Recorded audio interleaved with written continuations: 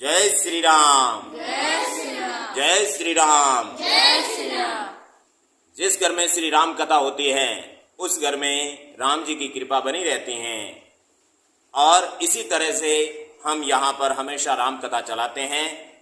और जिस घर में राम कथा होती है उस घर में हनुमान जी की कृपा बनी रहती है। बोलो श्री रामचंद्र भगवान की जय। बोलो पवन सुत हनुमान की जय। आज आपको 7वें अध्याय में बताएंगे। बहुत ही रोचक कहानी है रामायण की, राम कथा की। तो शुरू करते हैं।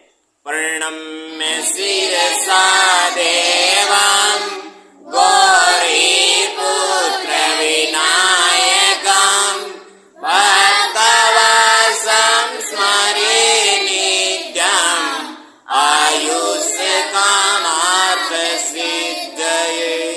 जय श्री राम। जय श्री राम। जय श्री राम। जय श्री राम। अब श्री रामचंद्र और लक्ष्मण भरत शत्रुघ्न अयोध्या के महलों में बड़े आराम से रहते थे। उन्होंने विश्वामित्र के यज्ञ की सुरक्षा करके अपनी वीरता का प्रदर्शन किया था। अब इस एपिसोड में आपको बहुत ही सुंदर कहानी श्री राम के विष्णु अवतार के विषय में बहुत ही महत्वपूर्ण बात बताई जाएगी कि उन्होंने किस तरह से एक महिला जो कि पत्थर की मूर्ति बनी हुई थी और उसको एक श्राप मिला हुआ था, उसका उन्होंने श्री राम ने मोक्ष किया था, उनकी मुक्ति की थी। अब बात उस समय की है जिस समय मिथिला में सीता माता का यानी कि लक्ष्मी के अवतार सीता, उनका स्वयंवर रचा जा रहा था राजा जनक के द्वारा। तो राजा जनक के द्वारा स्वयंवर रचा जा रहा था। उस समय विश्वामित्र को भी वहां पर आमंत्रित किया गया था। तो विश्वामित्र वहां पर अकेला नहीं जाना चाहते थे। उन्होंने कहा कि हम तो अपने शिष्य राम और लक्ष्मण को ही साथ में लेकर के जाएंगे। इस हेतु राम और लक्ष्मण को लेने के लिए वो फिर से अयोध्या गए। अयोध्या जाकर के राजा दशरथ से निवेदन करने लगे कि आप हमारे साथ में राम और लक्ष्मण को भेजिए, हम मिथिला में राजा जनक की पुत्री के स्वयंवर में जा रहे हैं। तो राजा दशरथ ने कहा कि राम और लक्ष्मण तो अभी बच्चे हैं, उनको साथ में ले जाके क्या करोगे। उन्होंने कहा कि मेहमान के रूप में हम राम और लक्ष्मण को ले जा रहे हैं और हम तो वहां पर आमंत्रित है, हम तो वहां पर निमंत्रित है। और राजा दशरथ सम्मान के साथ में राम और लक्ष्मण को विश्वामित्र के साथ में भेजने के लिए तैयार हो गए। अब विश्वामित्र राम और लक्ष्मण को लेकर के पैदल चलते चलते अयोध्या से मिथिला की ओर जाते हैं। बीच में रास्ते में एक ही रोचक दृश्य देखा श्री राम और लक्ष्मण ने। तो राम ने अपने गुरुजी से पूछा कि गुरुदेव, इतनी हरियाली है परंतु यहां पर एक आश्रम है, उस आश्रम में सारे वृक्ष सूख गए हैं, सारी झाड़ियां सूख गई हैं, सब कुछ सूख गया है, लेकिन एक तुलसी का पौधा है, ये यहां पर अभी सूखा नहीं है। क्या कहानी है, यहां पर क्या रहस्य है, आप कृपा करके हमें बताइए। तो विश्वामित्र ने विस्तार से कहानी सुनाई। किसकी कहानी? अहिल्या की कहानी। अहिल्या कौन थी? अहिल्या हनुमान जी की नानी, हनुमान जी की नानी और ऋषि गौतम की पत्नी। ऋषि गौतम के विषय में सारा संसार जानते हैं।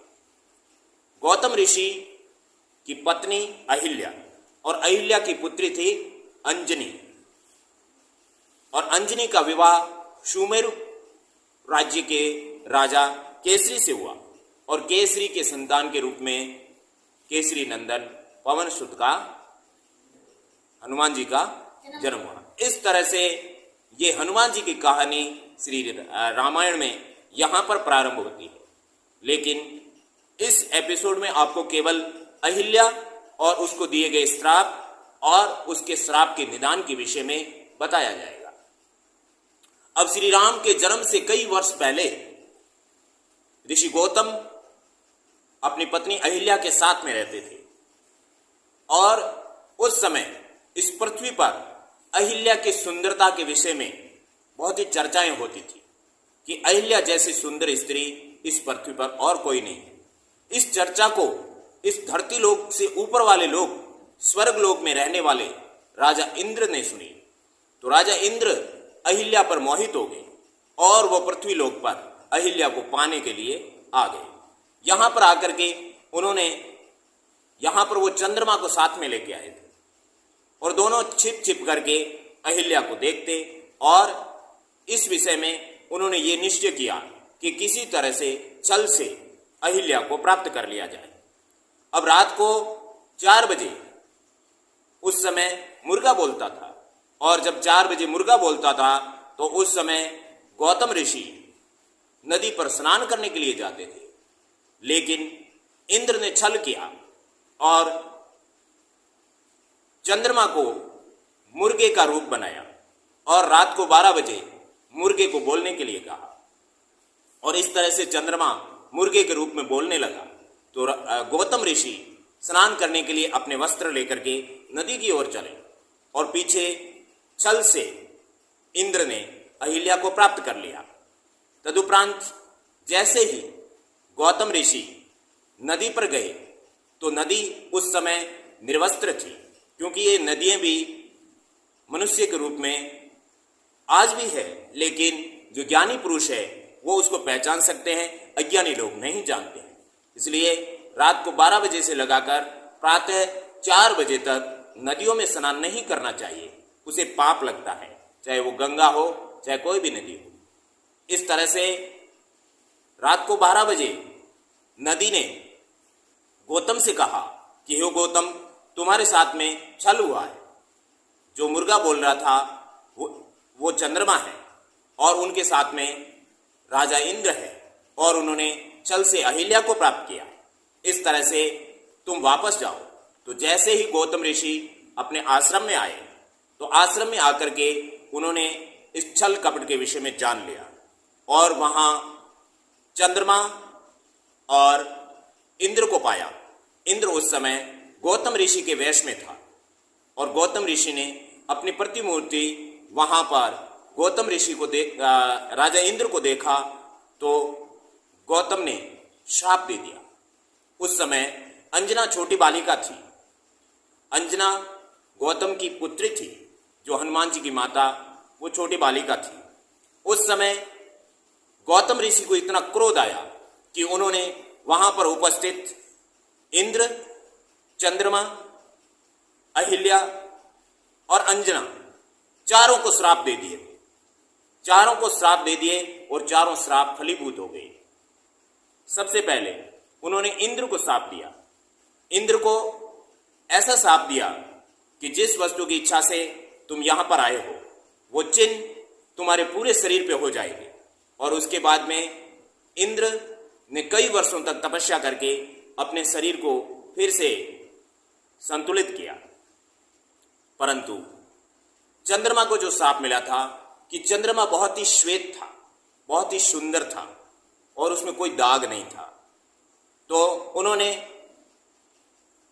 ऋषि गौतम ने अपने स्नान करने के वस्त्र से चंद्रमा पर छिड़के मारे और छिड़के मार करके कहा कि हे चंद्र, आज के बाद में तुम्हारी छवि है वो इतनी श्वेत नहीं रहेगी, कलंकित हो जाएगी। इसलिए आज चंद्रमा कलंकित है और उसमें धब्बे हैं।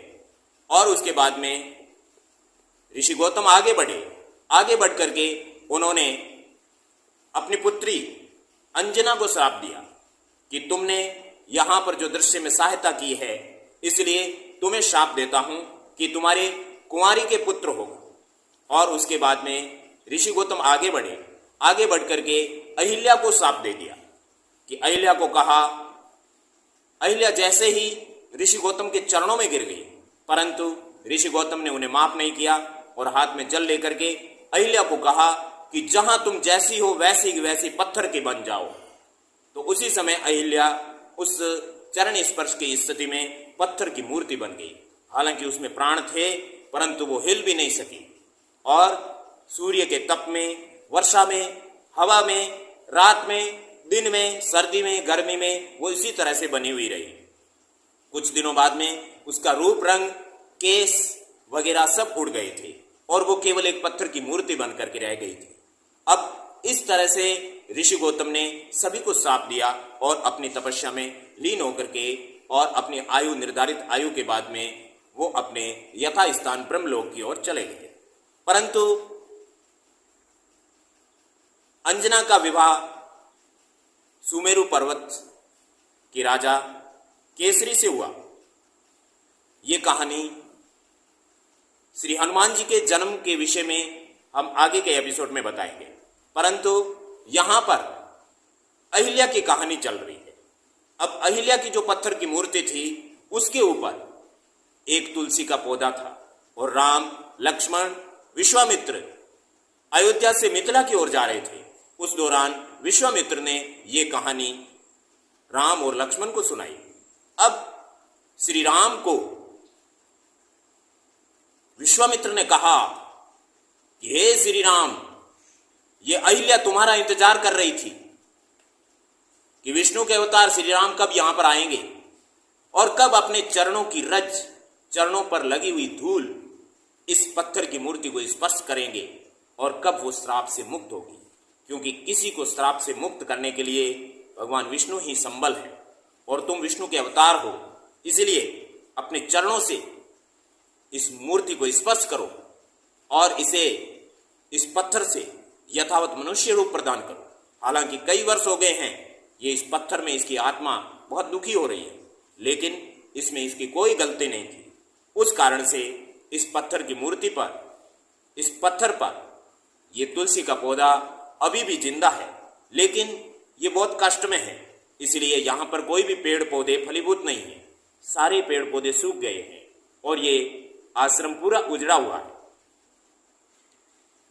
और विश्वामित्र की आज्ञा पाकर के श्री राम ने अपने चरण उस मूर्ति पर रखे और मूर्ति फिर से जिंदा हो गई और अहिल्या सामने प्रकट हो गई। अहिल्या को देख करके श्री राम ने उनके पापों के प्रायश्चित के विषय में बताया और आशीर्वाद स्वरूप अहिल्या को मोक्ष प्रदान किया और अहिल्या अपने शरीर के साथ में बैकुंठ लोक चली गई, यानी उसका मोक्ष हो गया। तदुपरांत उस आश्रम से श्री राम, लक्ष्मण और गुरु विश्वामित्र मिथिला की ओर चलते हैं। मिथिला की ओर चलते हुए आगे बढ़ते हैं। उस विषय में हम आपको अगले एपिसोड में बताएंगे। इस एपिसोड में आपको इतनी बातें बताई गई। कैसी आपको बातें लगी जरूर आप बताएं। और ये श्री रामचंद्र भगवान की जय श्री राम, जय श्री राम, जय श्री राम, जय श्री राम, जय श्री राम।